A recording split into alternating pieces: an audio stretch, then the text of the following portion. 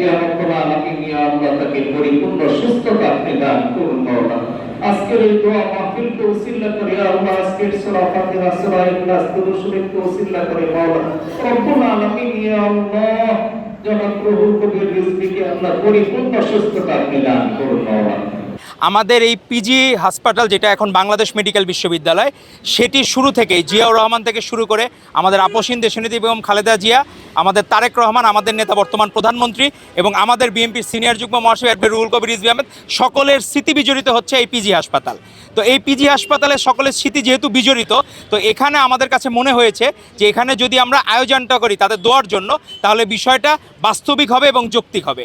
আজকে এমন একজন ব্যক্তির আজকে সুস্থতা কামনায় আমরা দোয়ার আয়োজন করেছি। উনি শুধু বেগম খালেদা জিয়ার মুক্তির প্রতিজ্ঞাবদ্ধ হওয়ার কারণে উনি 787 দিন শুধু বিএনপির কেন্দ্রীয় কার্যালয়ে অবস্থান করেছিলেন। উনি শুধু ধারণ করেছিলেন যে আমার নেত্রী মুক্ত না হওয়া পর্যন্ত আমি পার্টি অফিস ছেড়ে যাব না।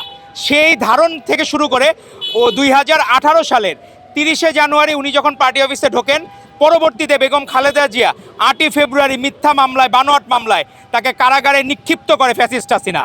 পরবর্তীতে যখন উনি কোভিডের সময়, করোনার সময় মুক্ত পান, পরবর্তীতে 2020 সালের 26শে মার্চ সেই পল্টন কেন্দ্রীয় কার্যালয় ত্যাগ করেন বিএনপির সিনিয়র যুগ্ম মহাসচিব অ্যাডভোকেট রুহুল কবির রিজভী আহমেদ। তো আমাদের অনেকের কাছে মনে হয় এ যুগের ভাসানী হচ্ছেন রুহুল কবির রিজভী আহমেদ। কিভাবে সর্বোচ্চ নেতৃত্বকে হৃদয়ে ধারণ করা যায়। আমরা দেখি না, অনেক সময় দেখেন ফ্যাসিস্ট হাসিনা তার কর্মীদেরকে ফেলে চলে গেছে, কর্মীরা ফ্যাসিস্ট হাসিনাকে ফেলে চলে গেছে, কিন্তু ম্যাডাম খালেদা জিয়া এবং তারেক রহমান সেই জায়গায় সফল।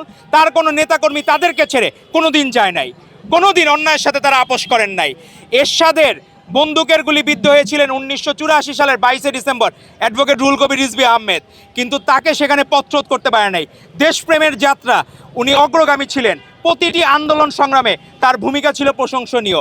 আজকে উনি যে নিজের নেত্রীর প্রতি যে ভালোবাসা দেখিয়েছেন, শ্রদ্ধাবোধ দেখিয়েছেন, 787 দিন নিজের ফ্যামিলিকে স্যাক্রিফাইস করে যেভাবে থাকা যায়, এটি আমাদের ভবিষ্যৎ প্রজন্মের জন্য আদর্শ। ভবিষ্যৎ প্রজন্ম যদি বলা হয় যে আপনি কেমন মজলুম রাজনীতিবিদ হতে চান, তাদের কাছে আদর্শের নাম হবেন মাওলানা আব্দুল হামিদ খান ভাসানী, শহীদ রাষ্ট্রপতি জিয়াউর রহমান বীরত্তম, খালেদা জিয়া, তারেক রহমান, পরবর্তীতে আসবে রুহুল কবির রিজভী আহমেদের মতো নাম। তারা দেশকে এবং তার নেতাকে যেভাবে হৃদয়ে ধারণ করেন, সেটি আমাদের প্রত্যেকটা ছাত্রদল নেতাকর্মীর উচিত সেভাবে ধারণ করা।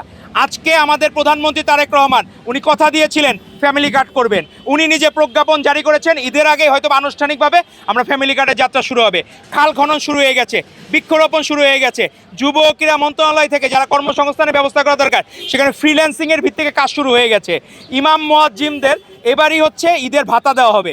তো কথা দিয়ে কথা রাখার যে চর্চা, এই চর্চা জিয়া পরিবারের প্রত্যেকটা জায়গায় জীবন দিয়ে কথা রেখেছেন বেগম খালেদা জিয়া। তারই যোগ্যোত্তরসূরি আমাদের তারেক রহমান। আজকেও সচিবালয়ে উনি 9টা 5 মিনিটে প্রবেশ করেছেন।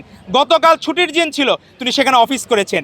তো দেশকে ভালোবেসে বাংলাদেশ ভবিষ্যতেই ফার্স্ট অল কান্ট্রি হবে, সেটি আমাদের প্রত্যাশা থাকবে।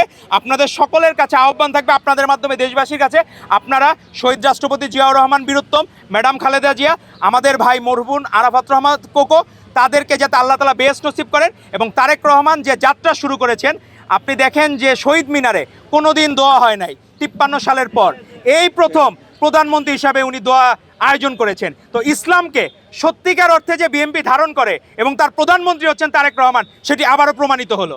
কোনো দিন আপনারা দেখবেন বিরোধী দলীয় নেতা কোনো দিন যায় নাই শহীদ মিনারে, এই প্রথম গিয়েছে। তো বিষয়টা আমাদেরকে আমরা স্বাগত জানাই, কিন্তু মুখে মধু অন্তরে বিষ নিয়ে যাতে তারা এই যাতায়াত না করেন। তারা যাতে সত্যিকার অর্থেই বাংলাদেশের শহীদদের, ভাষা শহীদদের, মুক্তিযুদ্ধের শহীদদের, 24-এর গণঅভ্যুত্থানের শহীদদের যাতে মন থেকে ধারণ করেন, যেটি ধারণ করছেন আমাদের নেতা তারেক রহমান প্রধানমন্ত্রী। ওনার এই যাত্রা শুভ হোক এবং ওনার নেতৃত্বে বাংলাদেশ ইনশাল্লাহ স্বপ্নের, সাম্য ও মানবিক বাংলাদেশ গড়ে উঠবে ইনশাল্লাহ। আপনাদের সকলকে ধন্যবাদ।